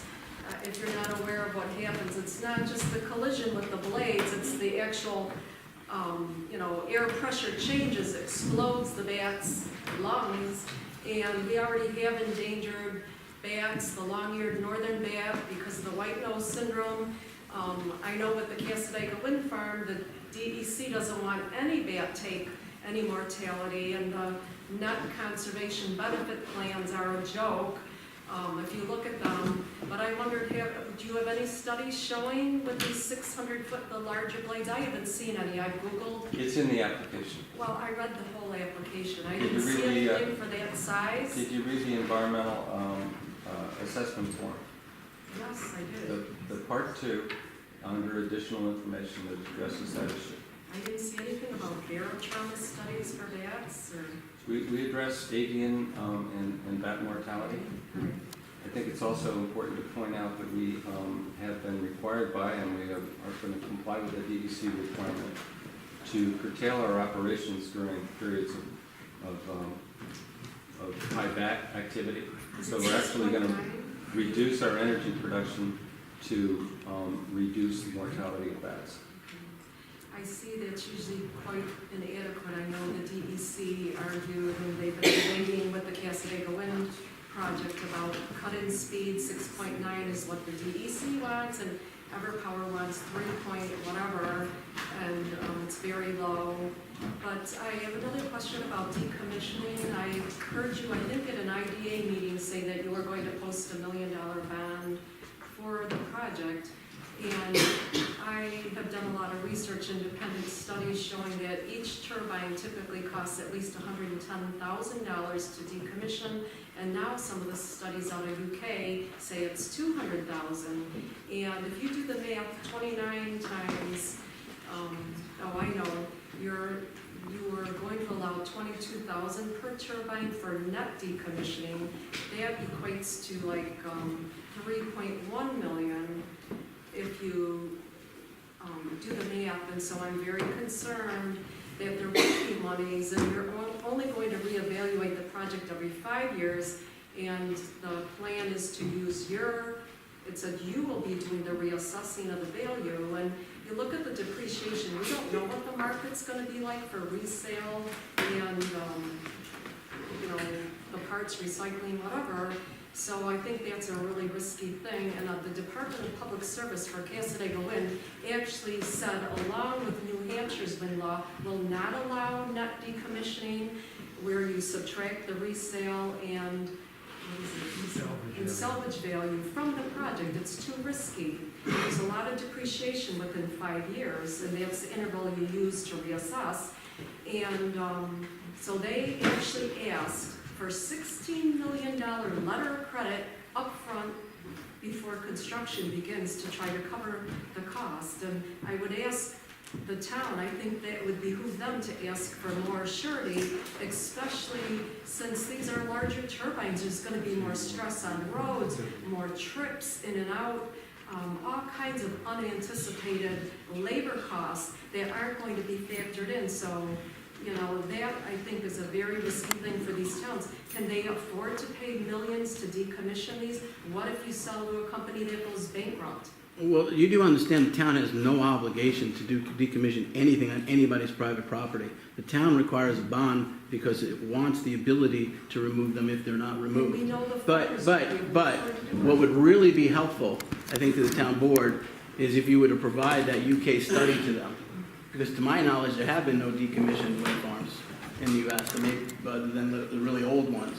And those are obviously much lesser cost. So if you want to provide that study, I think that would help. Because you're aware of all the abandoned ones in California and Hawaii that are just rusting because there's no money to take them down, and that's what I'm afraid is going to happen here. I don't think there was a decommissioning bond in those projects, though, was there? You're talking about the ones along I-10. The ones we have is going to be peanuts at the end. Again, it provide the study to back up that up, and the town actually determines the value through its engineer. The contract says the town determines the value. You just admitted we're inexperienced. Nobody's. Excuse me, the Haley Intelligence is not inexperienced. They've done projects in decommissioning all over the world. The town, it's not the town highway superintendent going out there saying, how much is it going to cost to knock this over? We haven't decommissioned any in this country, so there's a well, we haven't of this scale, that's correct. We certainly have reduced the smaller ones. The smaller ones that were much cheaper, so it's a very different cost. So. Who else? Seeing no one else, is there a motion to close the public hearing, Mr. Supervisor? I'd like to make that motion in a second. Oh, we still have one more person. Oh, I'm sorry, second. I'm sorry. Okay, meeting's adjourned. Thank you all very much for coming. We appreciate your comments. Thank you.